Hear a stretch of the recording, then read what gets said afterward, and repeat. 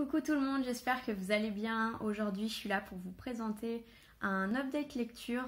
Donc, il s'agit de mes lectures du fin avril et du mois de mai, mais qui ne font pas partie du mois de la fantaisie. Donc, j'ai 5 lectures à vous présenter. Vous allez voir que celles qui datent d'avril sont un petit peu floues parce que ça commence à dater un peu. Mais en tout cas, je voulais vous présenter tout ça et au global, c'était vraiment de belles lectures. Fin avril, j'ai lu le tome 2 d'Agatha Raisin qui s'appelle Agatha Raisin Enquête, le remède de cheval, donc de MC Beaton que j'ai aux éditions Albin Michel. Donc le tome 2 des aventures d'Agatha Raisin. Encore une fois, j'ai beaucoup aimé les aventures d'Agatha Raisin. Je trouve qu'on en apprend plus cette fois-ci sur le personnage d'Agatha Raisin, notamment parce que son passé refait surface via quelques petits mystères, donc que je ne vous révélerai pas. J'ai trouvé que l'enquête était meilleure que le tome 1, tout simplement parce que dans le tome 1, en fait, j'avais l'impression d'avoir immédiatement trouvé qui était le tueur. Alors que ici, je me suis fait mais complètement avoir. J'ai pas du tout deviné, donc pour moi, ça a été une surprise, donc c'était bien. Puisque évidemment, je cherche en même temps. Pour moi, un policier, c'est vraiment... je suis à la recherche du petit indice de qui est le tueur ou pas. Et ici, j'ai beaucoup aimé. Encore une fois, j'ai beaucoup aimé le ton d'Agatha Raisin, que je trouve complètement irrévérencieuse. Elle dit ce qu'elle pense. On est sur un personnage qui est un peu atypique par rapport aux personnages féminins qu'on voit souvent dans la littérature. En tout cas, j'ai beaucoup aimé. Je lirai forcément la suite. Je suis désolée de ne pas vous donner plus de détails, mais ça commence à dater un peu. En tout cas, j'ai le tome 3 et 4 dans ma... Non, juste le tome 4 dans ma pile à lire. Donc, j'espère me procurer le tome 3 pour pouvoir continuer. C'est quand même mieux de les lire dans l'ordre parce qu'on a quand même l'histoire d'Agatha qui avance au fur et à mesure, même si chaque enquête est en soi indépendante. J'ai lu le tome 3 de The Illuminae Files. Donc on avait Illuminae en deux, Gemina, et donc celui-ci Obsidio que j'ai lu en anglais. Donc c'est de Jay Christophe et Amy Kaufman. En tout cas, dans le tome 3 comme dans le tome 1 et 2, on est sur un format qui sont très spécifiques puisque en fait vous avez énormément de... surtout dans ce tome 3, j'ai trouvé qu'il y en avait énormément de descriptions de scènes de caméras de surveillance. Donc de quelqu'un qui explique ce qui se passe. Vous avez aussi des emails sur un format qui est un petit peu différent d'une fiction habituelle. En tout cas, j'ai vraiment adoré le tome 3. Donc encore une fois, si vous avez adoré le tome 1 et le 2, il faut courir pour acheter Obsidio. Je ne sais pas quand est-ce qu'il sort en français, je suis quasi sûre qu'il sort pour la rentrée. En tout cas, j'ai adoré l'histoire. En fait, on a les personnages du tome 1 et du tome 2 qui se rencontrent dans ce tome 3 et ça fait un mix assez explosif. Personnellement, j'ai adoré l'action. Je me rappelle que j'avais le souffle coupé en train de lire et que mon copain m'a entendu faire non ou ah voilà. J'étais à fond dans l'histoire, vraiment aimé les histoires entre les vaisseaux spatiaux, les histoires politiques. Il y a également Aidan qui est dedans, qui était déjà là dans le tome 1, qui est une intelligence artificielle qui est vraiment géniale. On suit les pensées d'Aidan et c'est vraiment très drôle. En tout cas, j'ai juste surkiffé Obsidio. Donc c'était une très très belle conclusion à cette trilogie des dossiers Illuminae. On va poursuivre dans l'espace. C'est vraiment un thème que j'aime beaucoup cette année, puisque j'ai lu le projet Mars, le tome 1 qui s'appelle Au loin une lueur, donc il y a 4 tomes pour l'instant, 4 ou 5, je ne sais plus bien, de Andreas Esbach, aux éditions La Talente, donc c'est du Young Adult effectivement, donc c'est leur collection Young Adult. Ce livre a été un incroyable coup de cœur, tout simplement parce que, comme je vous ai déjà expliqué dans mon book haul, l'espace c'est quelque chose qui m'attire, je trouve ça génial. J'ai pas vraiment fait de sciences à l'école, donc... c'est pas quelque chose où je m'y connais vraiment pas du tout, mais du coup j'aime m'y intéresser en tant que novice et surtout en termes d'imaginaire et de fiction. Ici on est sur une colonie martienne, donc ils sont je crois environ 5000 sur Mars, et on va suivre des ados, donc ils sont 4 et c'est les premiers ados, donc c'est les premiers enfants en fait qui sont vraiment nés sur Mars. Donc c'est la première génération de réels martiens. Et en fait, il va se passer qu'il y a certaines personnes mal intentionnées qui sont là en tant que régisseurs politiques, on va dire, sur la planète Mars, qui prennent évidemment leurs ordres de la planète Terre, puisque Mars n'est pas vraiment indépendante. Mars est dirigée, on va dire, par une coalition de tous les principaux pays de la Terre. et ils veulent fermer la colonie sur Mars pour des raisons budgétaires. Alors voilà, c'est... D'un coup, ça remet dans le quotidien, même si ici on est dans l'avenir et on est dans la science-fiction. Bah oui, il y a des raisons budgétaires dans les projets, il faut toujours regarder les coûts. Et ici, ils veulent fermer la station parce qu'ils trouvent que ça coûte trop cher et ça rapporte pas suffisamment d'argent. Et du coup, les enfants veulent se battre pour que ça n'arrive pas. J'ai adoré, mais vraiment adoré ce livre. Alors oui, il y a des choses qui m'ont pas plu. C'était pas parfait, mais vraiment c'est de la très très belle qualité. C'est très bien écrit, j'ai adoré l'écriture. C'est fluide, il y a un super rythme. C'est pas un très gros livre, il y a une fin. Donc si jamais vous voulez pas lire la suite, il y a une fin. Alors une fin ouverte, mais il y a une fin. J'ai beaucoup aimé les 4 personnages qui sont très bien creusés, où j'ai réussi à m'identifier. J'ai vraiment beaucoup aimé, y compris les adultes. Certains où j'ai vraiment réussi à m'identifier. J'ai beaucoup aimé notamment le personnage de la maman. Donc vous verrez, il y a une maman en particulier. Donc si vous le lisez, vous saurez. J'ai vraiment un très très gros coup de cœur. Alors pour les petits points négatifs, parce qu'il y en a évidemment, c'est pas parce qu'on a un coup de cœur qu'on a tout est parfait. Et c'est un point négatif auquel j'avais pas spécialement pensé, mais une fois que j'ai vu certains commentaires sur Instagram par rapport à ce livre, eh bien je me suis rendu compte que j'étais pas mal d'accord. C'est que c'est du young adult, mais les personnages principaux sont très jeunes. Je pense entre 13 et 15 ans, donc c'est pas des ados 16, 17, 18 ans. Et en fait, leurs actions parfois font penser à des ados plus âgés. Donc effectivement, il y a une déconnexion par ici. Après, moi, ça m'a pas trop gênée. Vraiment, j'ai vraiment aimé. Et comme je vous ai présenté dans plein d'autres vidéos, piles à lire, tout ça, toutes celles que j'ai tournées aujourd'hui, où j'ai ce petit haut avec mon nœud, eh bien, je vais lire le tome 2 et le tome 3 très très vite. Voilà. Donc je redis, le projet Mars de Andreas Esbach, aux éditions La Talente. Il faut lire Andreas Esbach. Petite pépite science-fiction.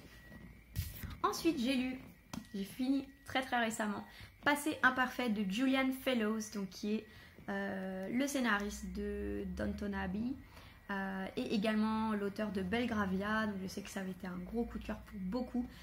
Passé imparfait, je l'ai vu tourner dans pas mal de book hauls, mais j'ai jamais vu de review. Donc moi j'ai la grosse version. Édition Sonatine que j'avais trouvée en occasion. Et bien, j'ai bien aimé.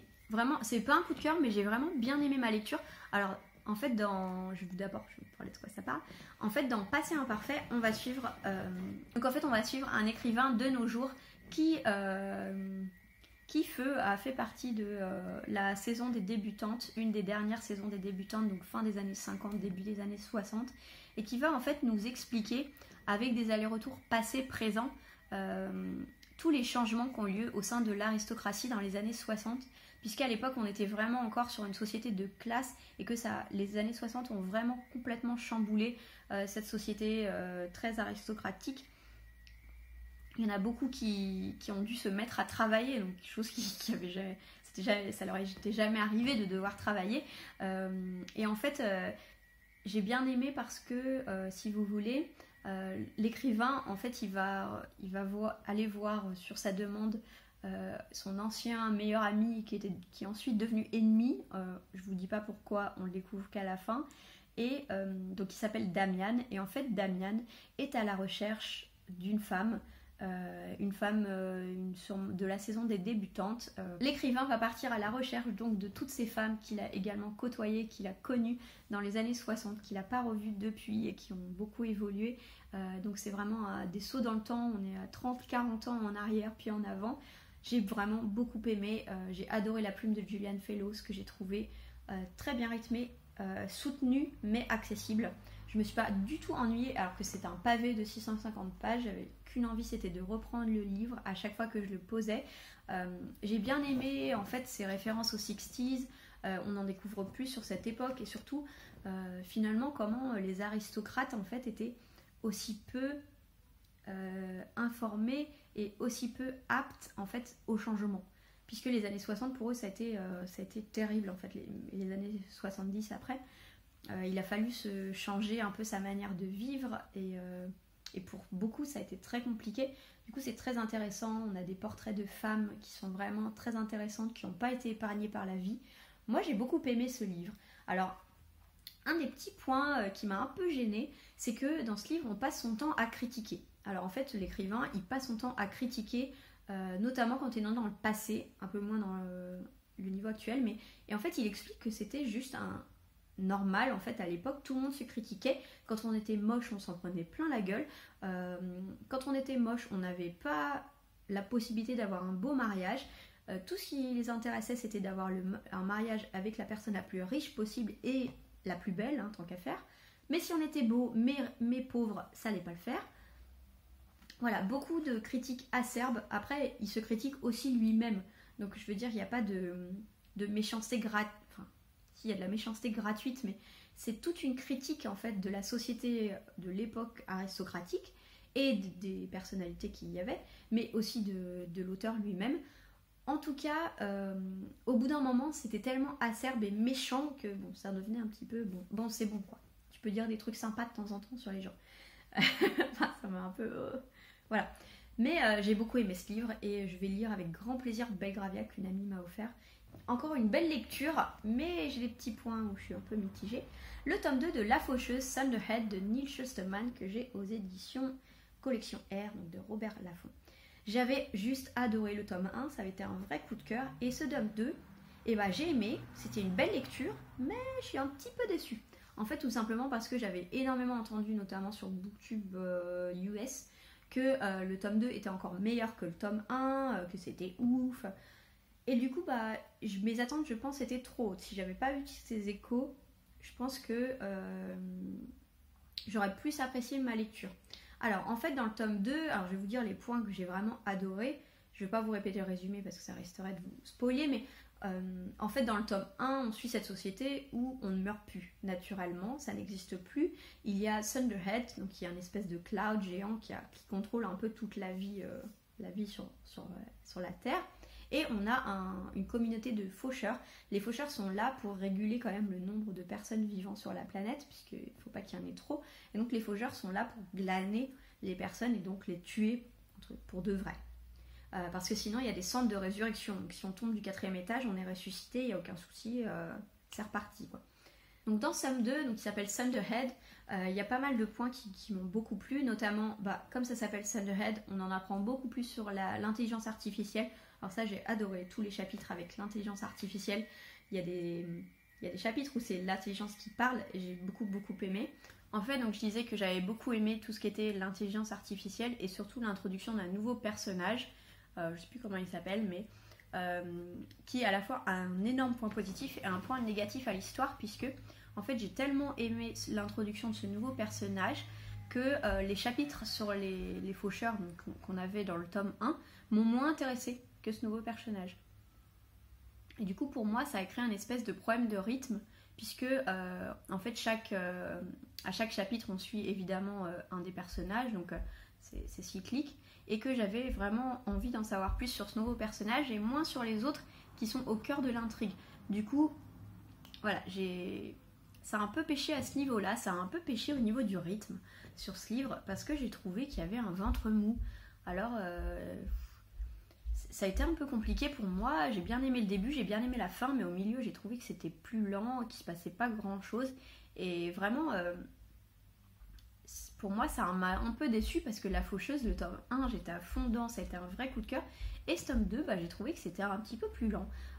Et moi ça m'a gênée dans ce type de livre, parce que il y a des livres qui sont très lents et ça me pose aucun problème, mais ici ça m'a un peu gênée. Sinon, évidemment les personnages sont toujours aussi cool, l'histoire est géniale. Thunderhead, on en apprend plus sur les origines et comment fonctionne l'intelligence artificielle, et ça c'était génial.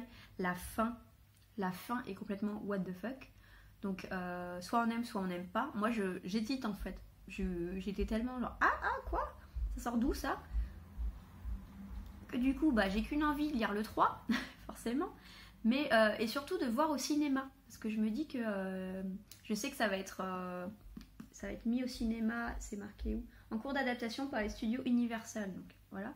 On verra le réalisateur, mais je suis sûre que ça fera une super adaptation cinématographique, le tome 2 autant que le tome 1. Donc j'ai hâte de lire le tome 3. Mais c'est vrai que par rapport à tous les échos que j'en avais eu, j'étais un poil déçue.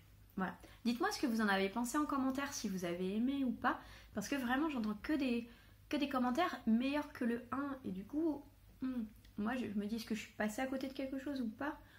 Donc voilà, c'est tout pour cette update hors mois de la fantaisie. J'ai quand même lu pas mal de trucs fin avril et en mai, donc je suis très contente. Un gros coup de cœur pour le projet Mars, et puis que de belles lectures. J'espère que vous faites de belles lectures de votre côté. N'hésitez pas à me dire lesquelles vous faites en commentaire. Si vous n'êtes pas abonné, n'hésitez pas à vous abonner, ça me fait toujours plaisir. Sinon, un petit pouce bleu si vous avez aimé cette vidéo. Je vous fais de gros bisous, puis je vous dis à bientôt.